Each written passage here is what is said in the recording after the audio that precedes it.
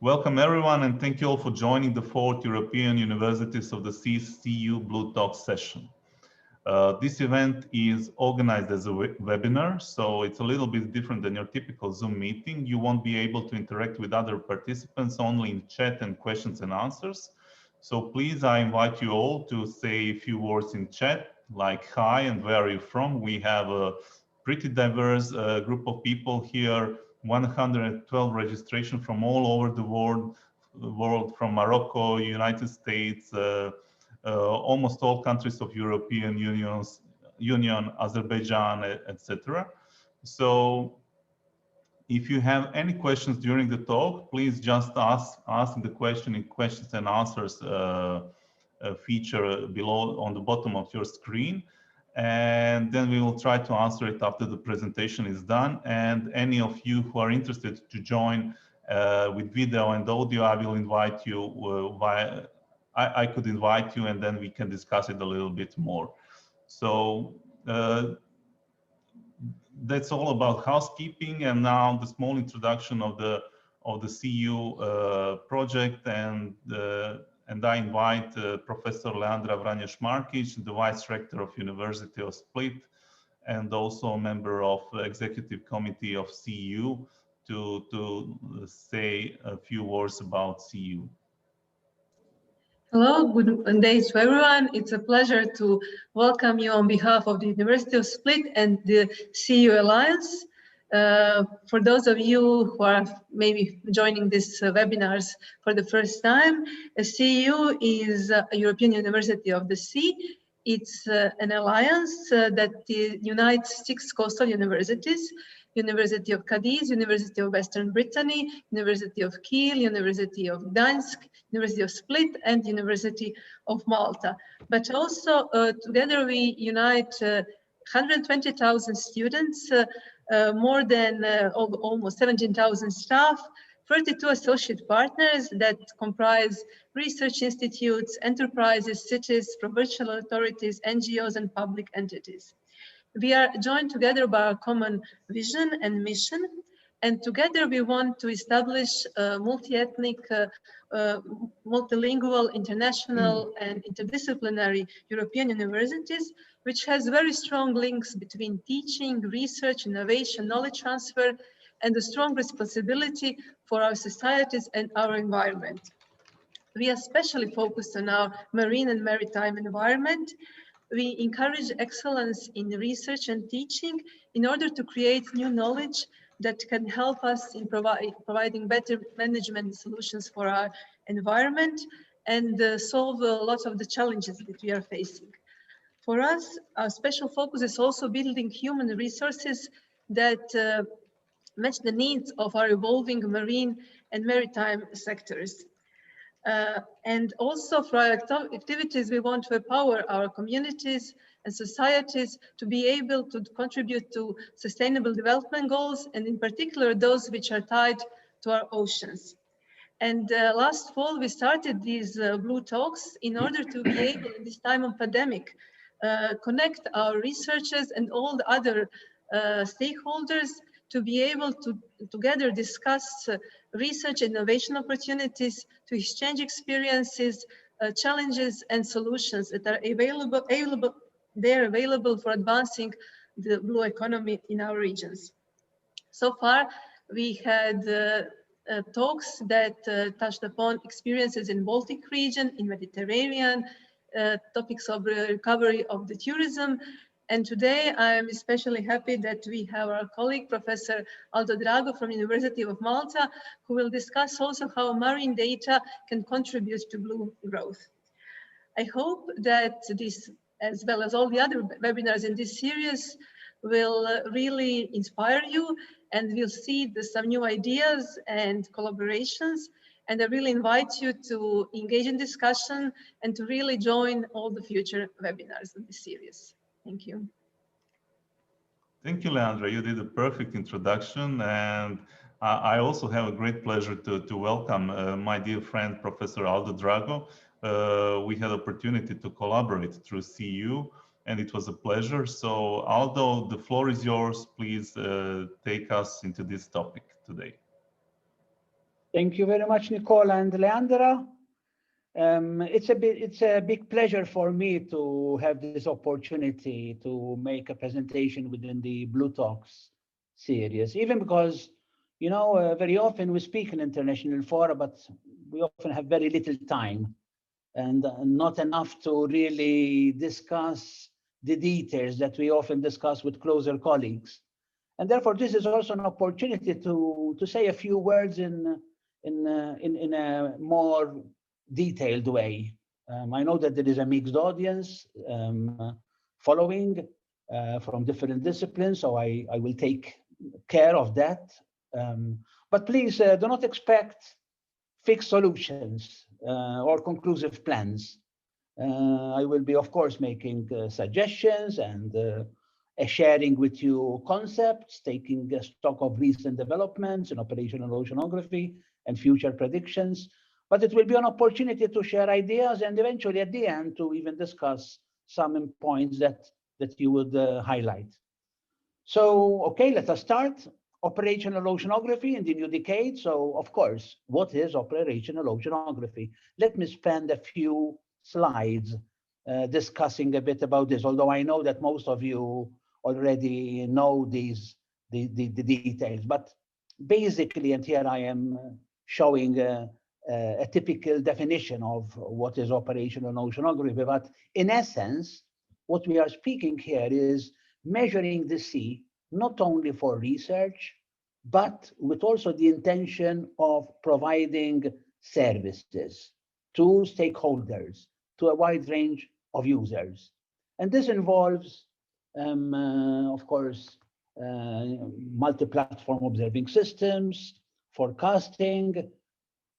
An important aspect that these observations are systematic and long-term, need to be delivered as much as possible in real time, and of course leading to support different objectives like conservation of biodiversity, management of risks, emergencies in the coastal areas, and so on. So basically, this is operational oceanography. And of course, there are many challenges that we have to face in order to really deliver appropriate products to the users. But in order to really understand what operational oceanography is about, I thought of sharing with you a number of storylines where operational oceanography comes handy, where operational oceanography becomes important to support. And one of these, of course, is oil spill response. You know, there is a ship collision, there is oil spill in a particular area of the sea. I'm showing here a simulation close to Malta. And of course, our responsible entities need to intervene, but they need assistance. They need to have information about the circulation, about the atmospheric conditions, about the waves, and applying models to allow them to predict how this oil spill will evolve, whether it will actually hit the coast and to what extent. And of course, a suite of data, such as, for example, HF radar data. I'm taking an example here, of course, from the Maltese Islands, where we operate and where we are trying to implement these kind of activities. But you see, you need to intervene on the spot right away, and therefore you need to have your data on the desk, ready to be used. And of course, this is one aspect of operational oceanography support. Another important storyline: search and rescue. We have a small boat sighted with no crew on board. The boat description coincides to a call of distress received 12 hours earlier. This is the Armed Forces of Malta, in this case, intervening. And they need to organize a search and rescue. And of course, this requires, again, important support from real-time data concerning especially currents in order to backtrack the position of this boat, developing different scenarios, because one would not know when the people on board were out of the boat and in the sea, and therefore predicting then different scenarios of where could these people have been drifted, and organizing a search and rescue operation with as much as possible restricted search and rescue area. And again, another example where operational oceanography data becomes very important. But also desktop assessments, such as, for example, coastal development, such as in an embayment where we have a yacht marina and we want to extend. But of course, we need to do assessments on wave impact, on the new installations, on possible changes in the circulation, on assessing the carrying capacity of the embayment, quantifying risks. And again, where do we get this data if not from the continuous measurements that have been done in the past and provide the important data holdings that can really make this assessment feasible and possible. Or else, another storyline, we want to assess the wave energy resource potential around the islands, trying to assess how much we can tap wave energy from the sea, and trying to plan where would the wave farms be best to position. Again, requiring here a lot of information coming from models, especially, which is part of what operational oceanography delivers. So I hope that with these 4 storylines, you have a good idea of where operational oceanography can be useful. But speaking about the elements of operational oceanography, there are 3 main important pillars for operational oceanography systems. Of course, remote sensing, observing systems, mainly from satellites, the in situ observations, as you see in this cartoon. In situ observations can have different components on the seabed, in the water body, in the surface, even using ships of opportunity. But then, of course, very important, assimilating these information and merging with models, which allow to provide an interpolation in space and in time, and therefore producing forecasts. And here we are dealing, therefore, with in situ and remote observations, but not only physics, including ecosystem observations, using the best available technologies like coastal radar, drifters, glider, and unmanned vehicles.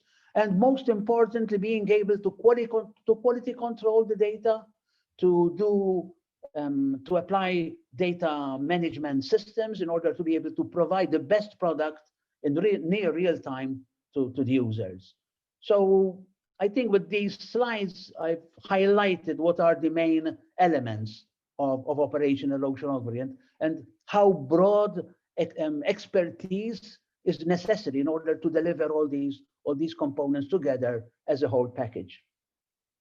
So the target is to deliver data where and when it counts, keeping in mind that, well, now we are more we know more how much data is important in order to manage the marine environment. We cannot manage without measuring. But of course, there are many problems related to observation in both in the marine domain at all levels, at all scales. There are challenges that we have to address, and mainly we know that the ocean is a turbulent system, very dynamic in time and in space, with mesoscale patterns in the open sea and even higher variability at the coastal scale and in the near shore areas. And of course, it's a big challenge to be able to really measure, to really observe this variability. I'm showing here two animations, which compares atmospheric circulation with circulation in the sea. And as you can see, the circulation in the atmosphere, as you know, you are all accustomed to these weather maps, but it shows the size of the systems, you know, a high pressure system or a low level pressure system can be as big as Europe or as big as the Mediterranean. Whereas if you compare on the right-hand side are altimeter maps from satellite altimeter measurements showing the difference in sea level, the sea level anomalies. Red means a positive anomaly, meaning a higher sea level, whereas blue in the color bar is showing a negative sea level anomaly, namely a depression in the sea level. So as you can see, the sea is made up of not a flat surface, but of a very irregular topography at the surface, leading to, of course, pressure gradients, and in addition to density gradients, leading to the geostrophic flow that we know is an important element of, an important component of the overall circulation. But the point I want to make here is, looking at the picture on the right, you can notice how smaller is the scale of these anomalies compared to the atmosphere, which means that in order to be able to observe the mesoscale, to observe this detail, we really need to be very intelligent on how to really measure. Of course, we cannot, with just in situ measurements, obtain the necessary detail. And therefore, this is why in operational oceanography, we need to merge Earth observations with in situ measurements and with models to interpolate in space and in time, as I said before. Then there is the further complication of the non-biological, of the non-physical component, the complexity of the marine ecosystem. I'm showing here just some pictures relating to important and intricate, for example, biogeochemical cycles and intricate dependencies of different components of the ecosystem that we need to understand even more. So I think with this slide, I am showing you how difficult it is to observe the sea and to really relate the knowledge to something that is useful to understand and which is really realistic to the real case scenarios that really exist in the sea. I like to show this animation just to highlight.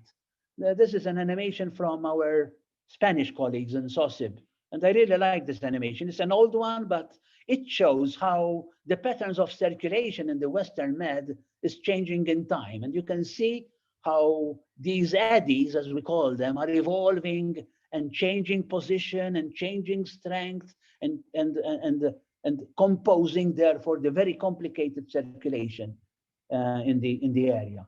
Just to give you an idea of what I'm trying to deliver here in this slide, namely that, well, the sea is a very dynamic system, very complex system, and it's not easy to really understand its details. Of course, in Malta, we are trying to build our operational activities as much as possible. This is just a snapshot of some of the things that we do, but we have models, we have Lagrangian drifters, we have an HF radar system. I don't have the time to go into this detail, but I wish also to stress that, well, in my career, I've been trying and supporting a lot of operational oceanography in the Med, even, for example, having served as the MEDGU's executive secretary for a number of years. So I really believe that operational oceanography is really an important support in many other activities. We know how much marine spatial planning, for example, is becoming important, how much we are now aware that informed decisions and strategic planning has to rely on data and not on just experience. And of course, Oceanography is able to supply both the baseline data and the operational data, as I was explaining before. And speaking of data, I'd like to say a few words about innovation. We've been hearing this term often, and many people link innovation to something extraordinary, to a breakthrough, you know, but not necessarily the case. I'm trying here to show in this picture how a current product, A plus B equals C, can become different and therefore introducing innovation in it by just, for example, changing an ingredient or changing the process in the third line, or adding an ingredient X and developing a new product D, or else a completely new recipe. So innovation can have different forms, but in all its forms, innovation depends on initially having the raw data available. So the process of innovation is always starting from data. Data which has to be transformed into information and then transformed successively to knowledge, and apply that knowledge to impact on innovation. Of course, in order to link this process of data transformation to knowledge and innovation, you need, of course, the skill to do this, to perform and to extract the importance. And this is what we coin to be the marine intelligence. The marine intelligence is composed of how much we can add value to the data.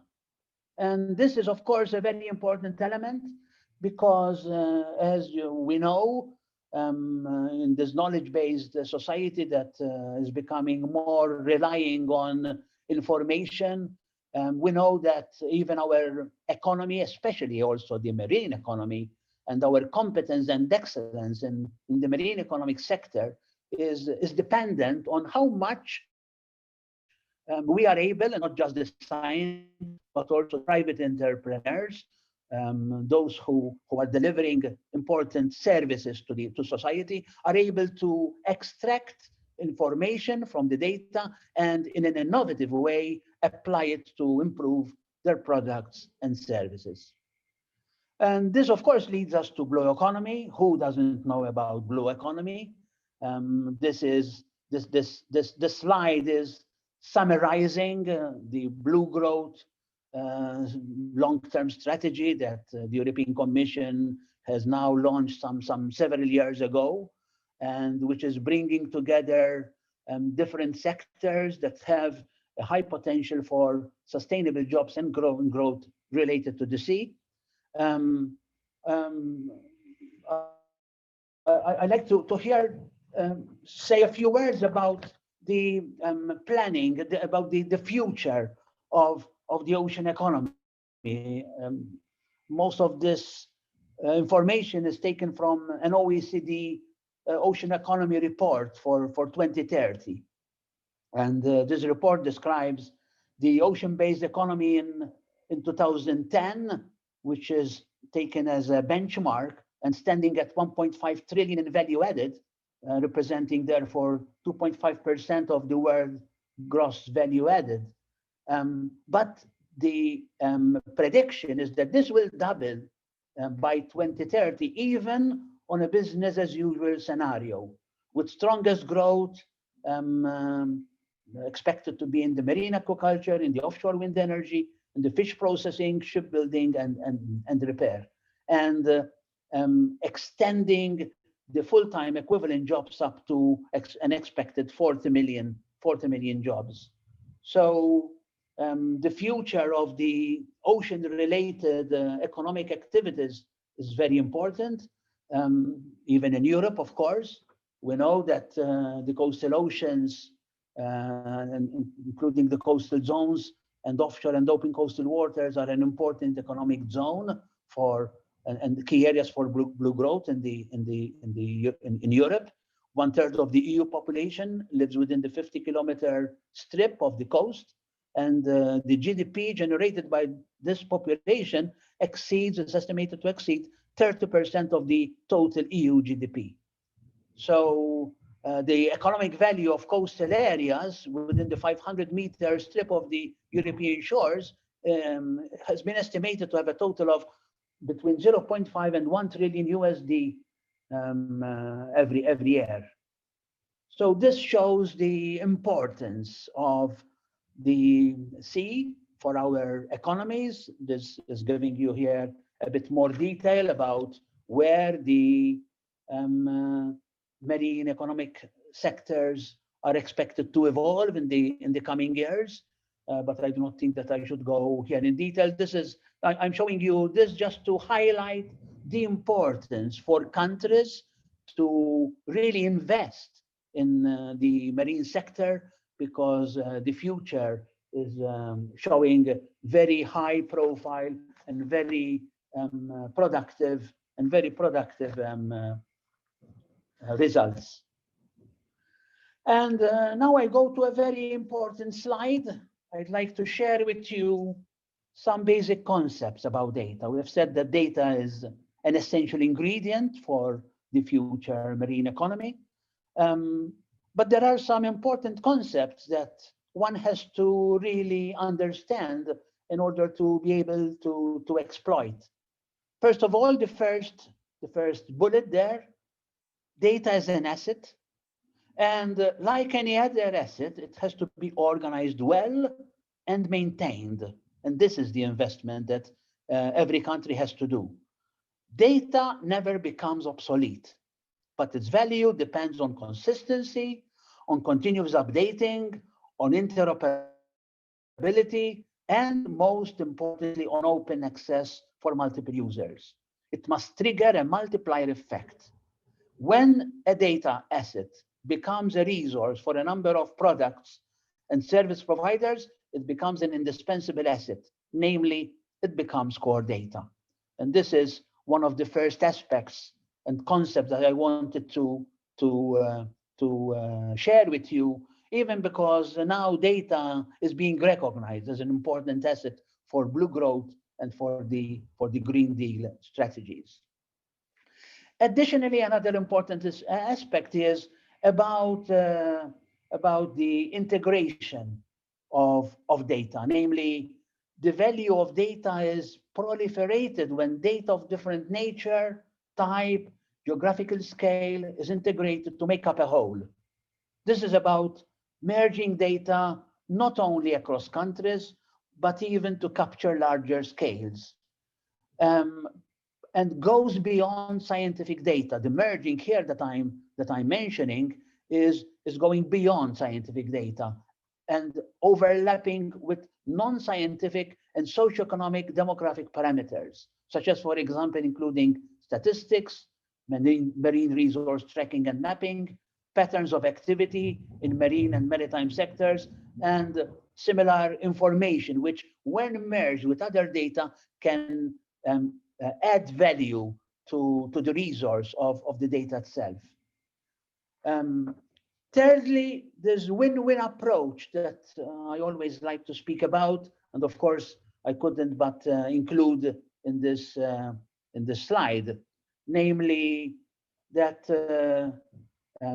although data is measured for different reasons, such as, for example, environmental monitoring, surveillance, safety, defense, research, climate monitoring, hazard alerts, yet we cannot tackle all these data needs separately, as we are grossly doing today. We need to integrate into an aggregated data system that brings together all these data assets and needs under one umbrella. Namely, we have to speak about multi-use of observing platforms, of heterogenic data platforms, multiple use of the same data, including exploitation by third parties and the private sector that are able to add value and contribute to innovative products, as we said before, and therefore contribute to the marine economic sector. And therefore, although setting up these systems is expensive and requires money, yet the cost for the data acquisition must be considered in these aspects of how much it can contribute to other applications. In the sense, we can measure data for research, for climate change, for defense, for hazards, for environmental monitoring, but at the end, we can use the same platforms to cater for all these aspects, and therefore greatly diminishing the cost when it is spread over multiple applications that it can serve. So this is a very important aspect about data that one has to consider, even in order to be able to convince investments to be done in operational oceanography more than we are doing today. And in addition to this, I'd like to also say a few words about what I like to call the circular data ecosystem, which is like a wheel, as I'm showing, depicting in the picture on the right. But basically, this is showing a cycle of data production and usage. Data without usage is a stagnant system. It's a cycle that is not revolving, like a stationary wheel. Data usage drives the cycle. And as I'm showing in this picture, it starts from raw data, which is originally generated mainly, usually for targeted usage and for targeted clients. But if that same data is reused by third parties, then it generates more requests of dependent data. And the actual additional use by multiple applications then further generates more data itself, which is then merged to the primary data. And therefore, like pushing the wheel to turn, namely, as it revolves, data continues to increase and enhancing data sets, spinning further and wider the usage. So this concept of circular data ecosystem is also a very important concept in order to promote investment in the data acquisition systems. And now I turn the page to another important term, augmented observatories. Perhaps you have heard about this new expression of how we describe these particular aspect of observations. And I would like to spend some time discussing this aspect of what we mean by augmented observatories. And I like to take here the example of medical care. You know how much functional medicine, I don't know how much you've read about this, but functional medicine is tackling the human body not as a single organ, but as a whole, because it's more and more evident how much the human body acts as a single, as a combined system. And this also applies for the marine environment. We need to really observe and to assess the marine environment in its totality, and therefore to apply functional assessments. And in order to be able to do this, we cannot just focus on one layer or on one aspect of the marine ecosystem, but we have to consider it as a whole. And therefore, this is why we need what we call augmented observatories, which is practically meaning adopting a process-based approach, where we are not just concerned with isolated parameters, but with a suite of parameters that, of course, can change according to the challenge and the problem or the assessment, but also taking on board all the available data that is coming from different data acquisition targets. So we cannot understand the behavior of the environment without being able to measure it as a water body and as an ecosystem, rather than just one of a set of isolated parameters at selected stations. And this is about mixing of data from Earth observations, from in situ observations, from models, using intelligent observations with the best available technology and adopting adaptive sampling, and therefore considering observations from a different aspect than we have done in the traditional way much in the past years. And now the focus on the coast. As we know, the target is to go closer and closer to the coast. We know that this is where we have the major problems to resolve, and this is where we have the major users who need the data for their activities. In this figure, I'm showing, trying to focus a bit more on observations for coastal hazards. And the map that I'm showing on the right is a schematic representation, which may not be exhaustive, of the coastal zone hazards and the metocean variables in bold font that are relevant for observing and for assessing these coastal marine hazards. The table that I'm showing now shows the relevance of several metocean variables for different selection of targeted coastal hazards. And as you can see, many of the observations target a number of hazards. I'd like to here focus a bit also and say a few words about routine checks versus rapid intervention. And I take here again the medical example. We know that when we go to the doctor, we can either request a routine check, or else we go because of a particular symptom which we need to resolve. And doctors adopt different techniques, different diagnostics when treating a patient, either for a routine check or if it is for a specific set of symptoms.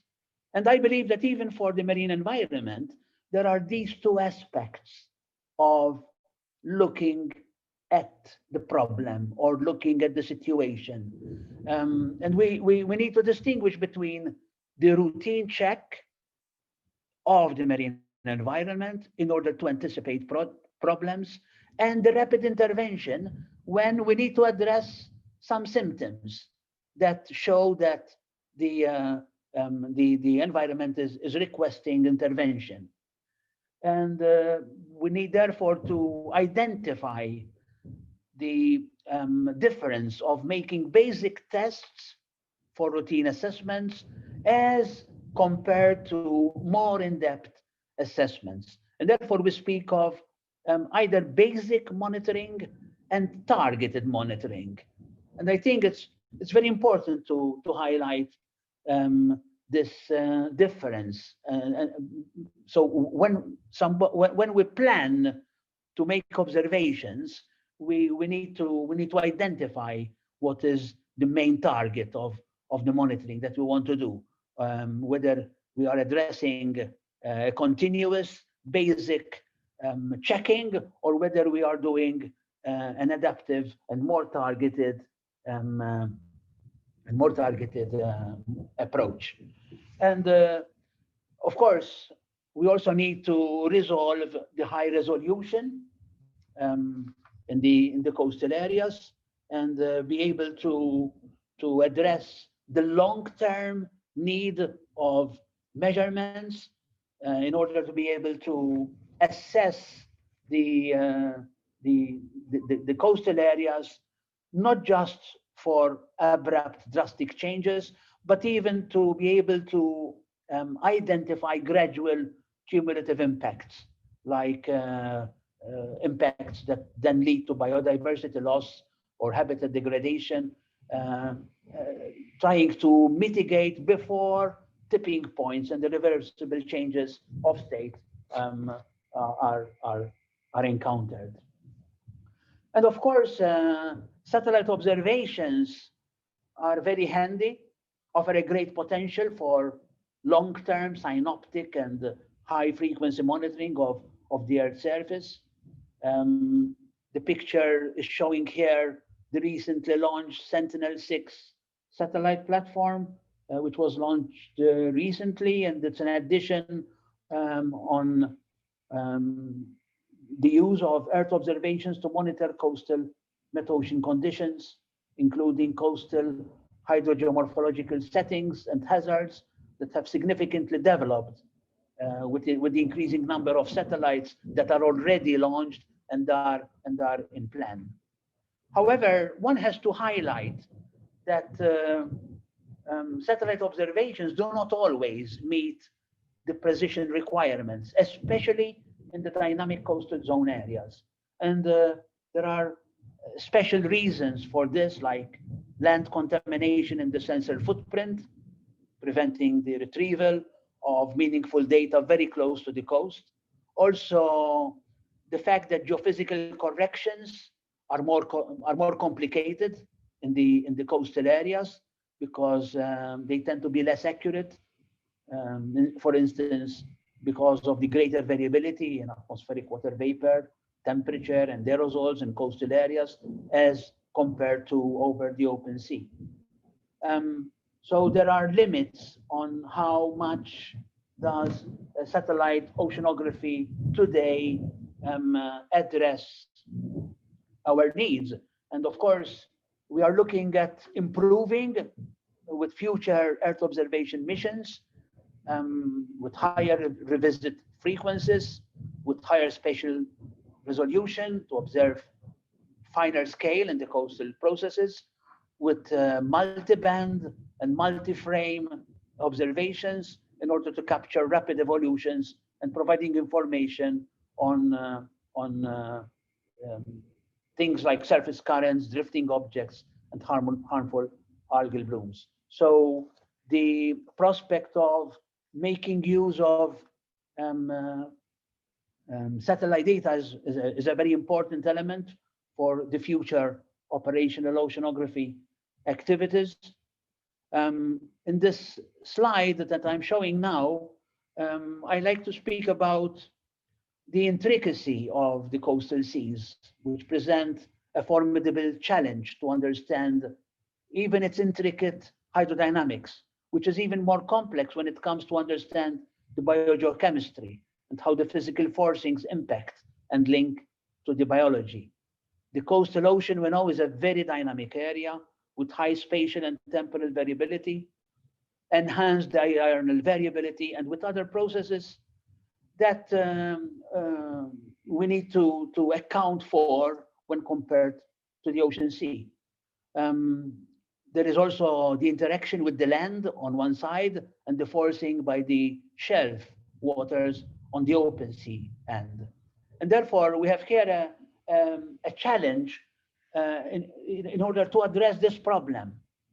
And one common approach, as I'm showing in this picture, is that of using observations, principally from Earth observations in the offshore marine domains, assimilate into numerical models, and use models to improve knowledge and forecasting skills at the ocean scale and shelf scale dynamics and processes. This is the first step. I'm showing here this notion, taking the example of the Maltese Islands. And before coming closer to the coast, we need to first get right the shelf scale, the open sea areas. And this is the first step, trying to merge as much as possible the information available from satellite and the sophisticated models that we can now apply in order to better simulate and better understand the shelf scale in the first place. Having done that,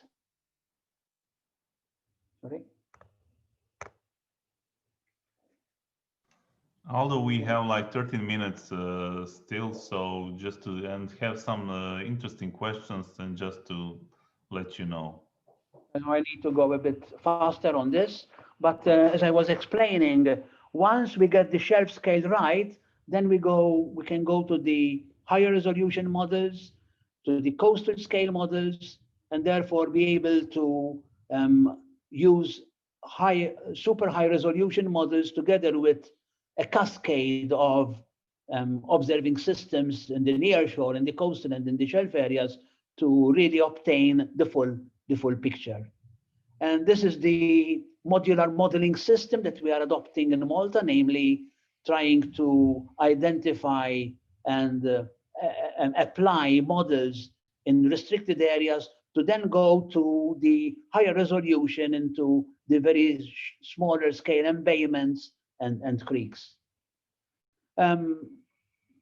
This slide is merging the strategy for observations, namely, as I was explaining, it's about merging Earth observations by satellites with a cascade of buoys in the offshore and coastal and nearshore marine areas. But the focus is to concentrate on observations in the coastal scale and to obtain the regional scale from Copernicus.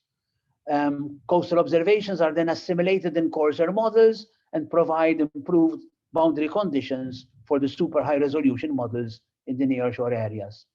Physical sea conditions and circulation in the nearshore areas are available from models, but then we need process models in order to be able to study sediment flows, biogeochemical parameters, water quality, ecology. In this case, we need higher resolution models in order to understand more what's happening in the nearshore areas. Of course, we can then, in the case of special cases like an island, go for some specialized observing systems, such as using gliders. As I'm showing here, with just 2 gliders, we would be able to provide a 360-degree snapshot every week, providing profiles of key physical and biochemical parameters all around the island. Anyway, I do not have now time much to discuss in detail how the application of the Marine Strategy Framework Directive is evolving, but just to say here that there is an important JPI Oceans action where we are trying to put more science in obtaining the good environmental status of the marine environment. The idea is to look at not just point measurements, but to provide a toolbox to monitor ecosystem functioning and state of the health, and considering area measurements, where we also take into consideration the links to the land-based and the forcing by the open sea.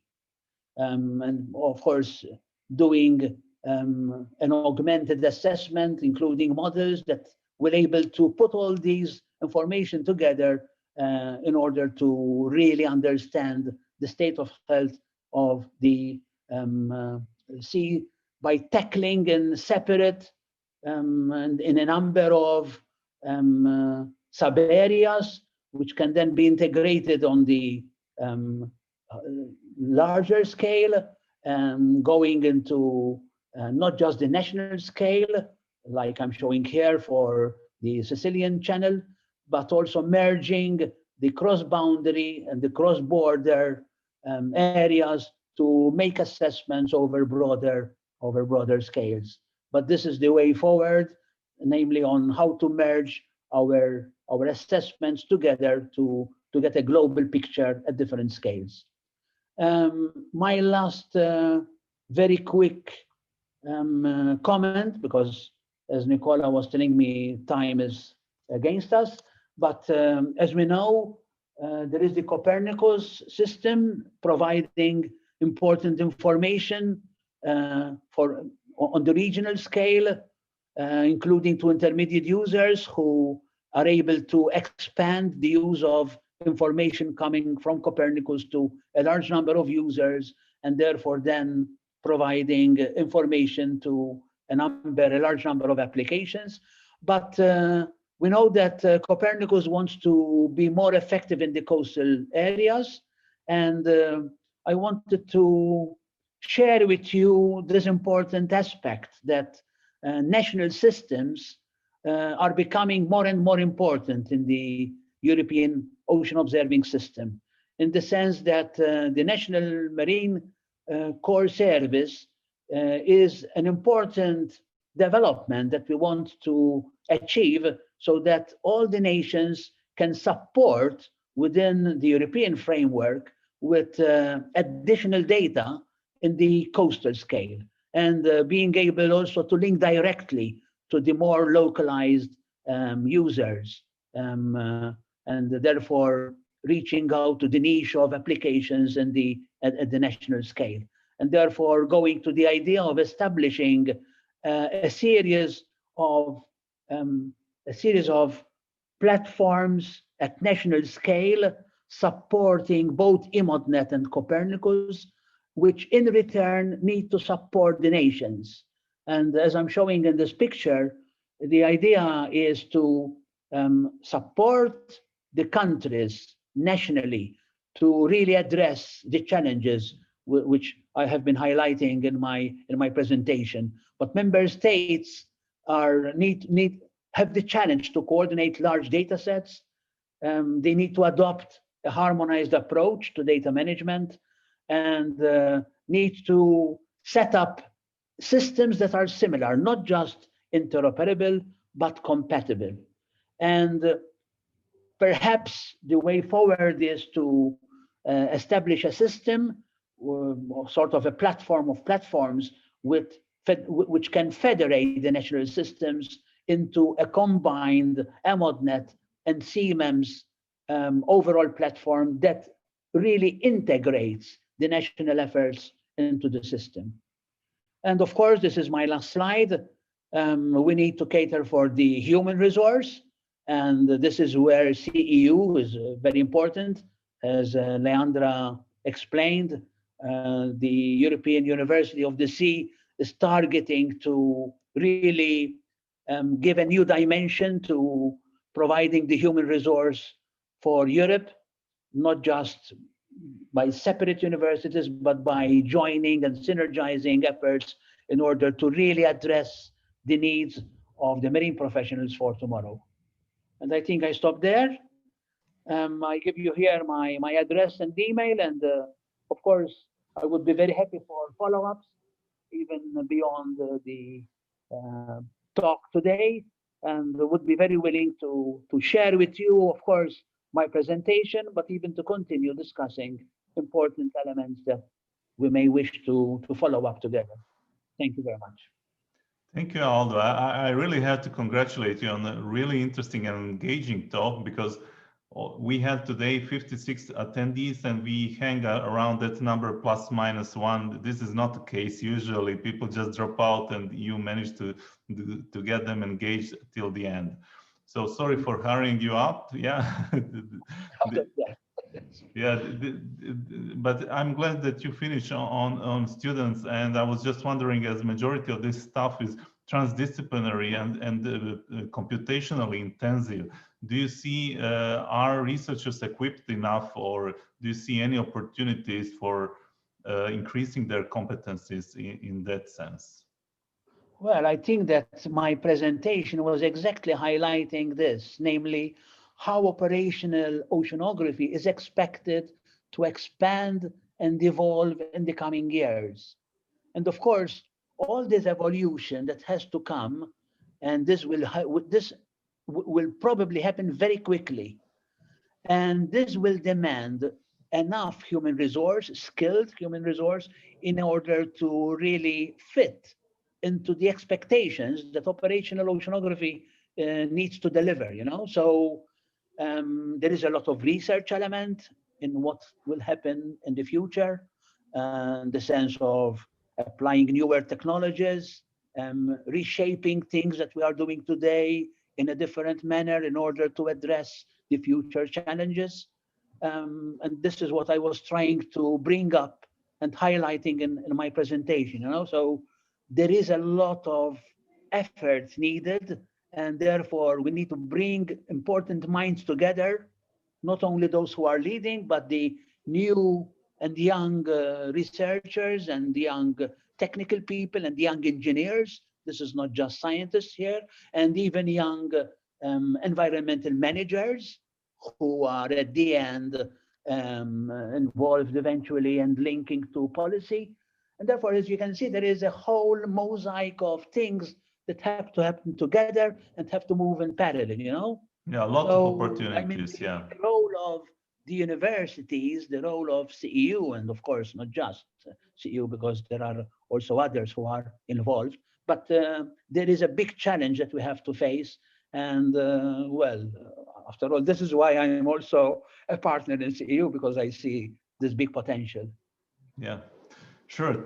There's a lot of opportunities for secondary research on data.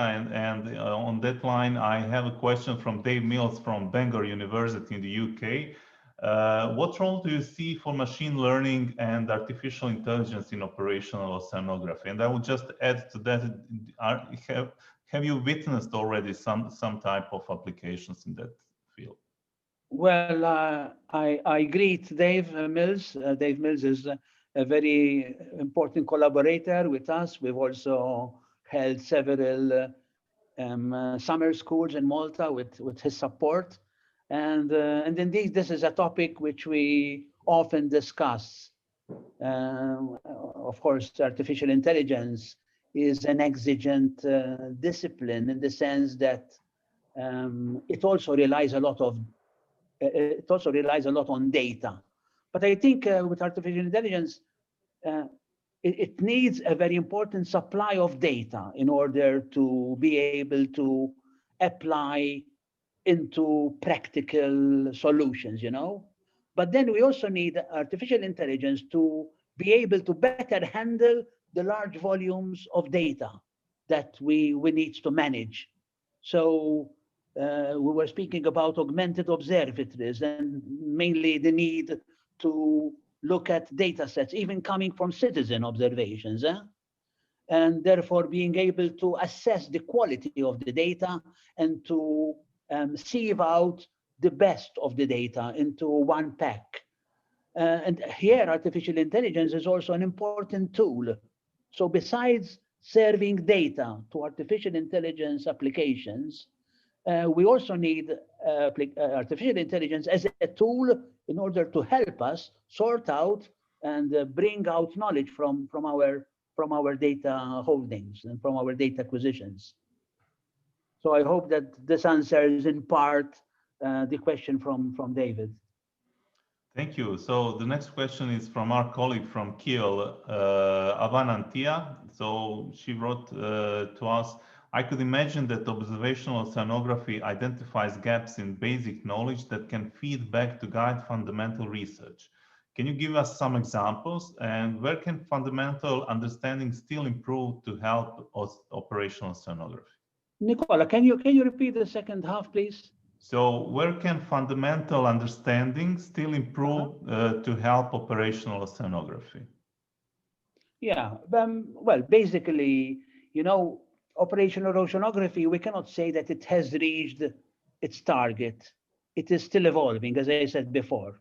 And therefore, we need to do research to improve the outputs from operational oceanography.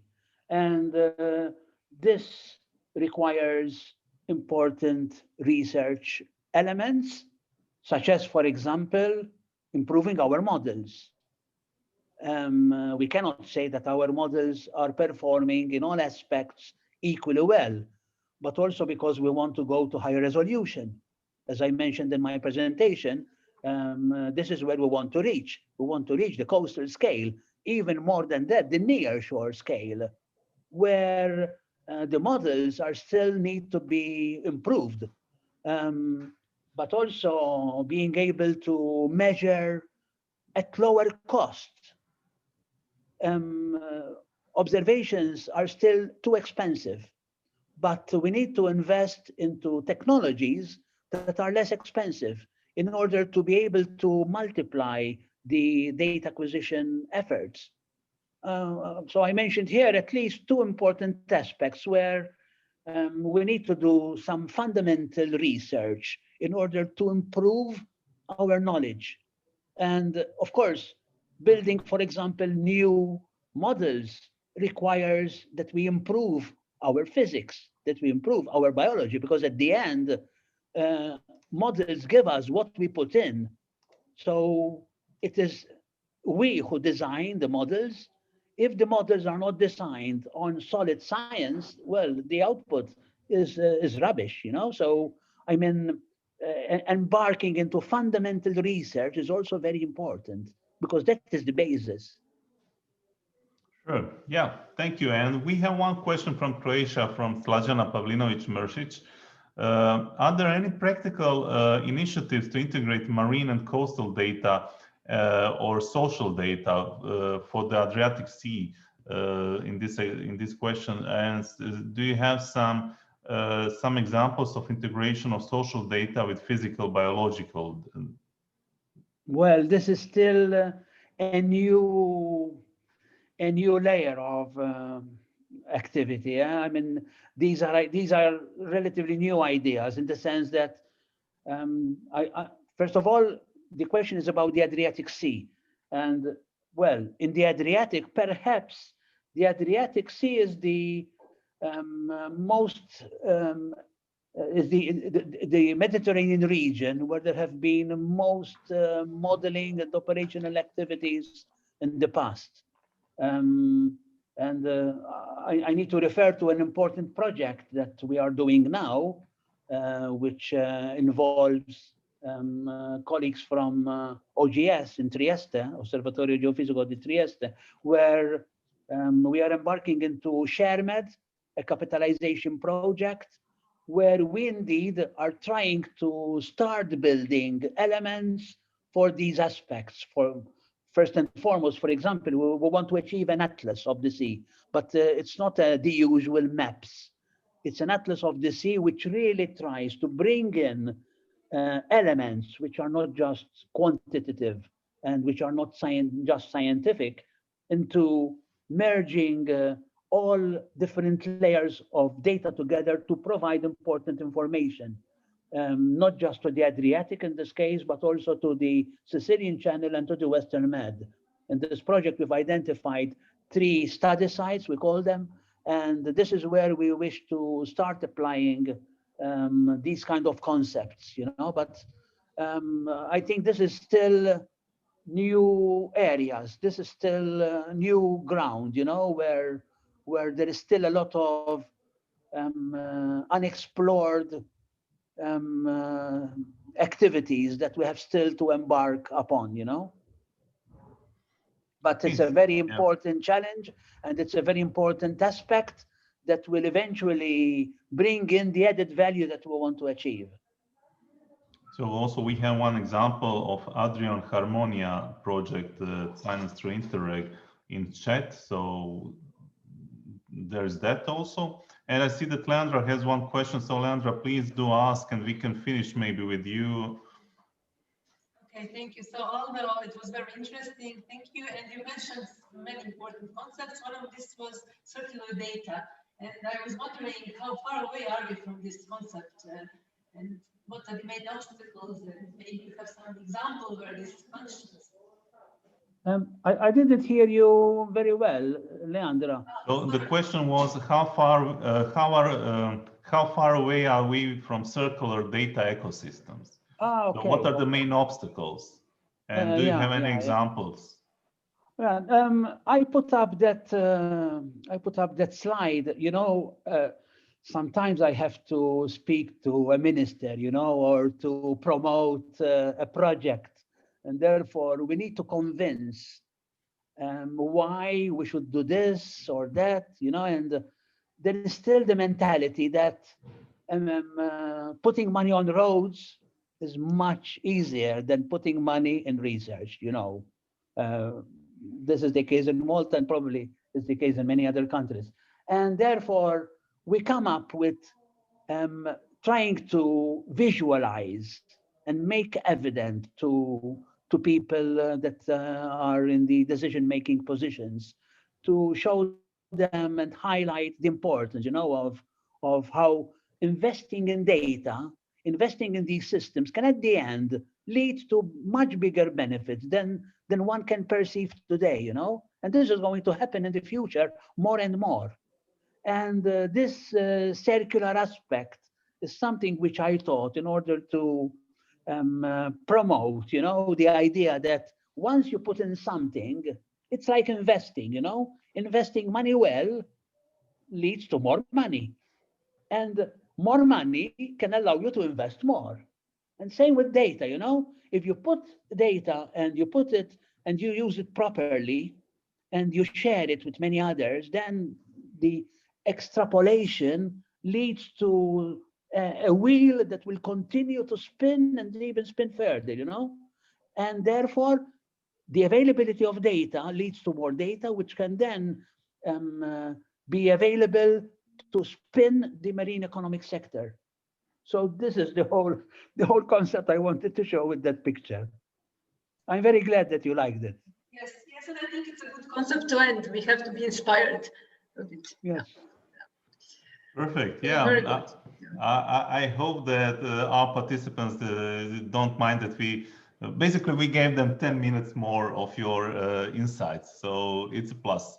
And thank you, Aldo, once again. Thank you all for your active participation today. Please follow us on social media accounts of the CEU Alliance and on our website, c-eu.com, for the announcement of the upcoming Blue Talk session. And when you exit the meeting, there will be short 3-question survey. Please fill it in and give us feedback so that we can improve. Thank you all. Thank you, Aldo, and bye-bye. Thank you. See you. Ciao. Hi.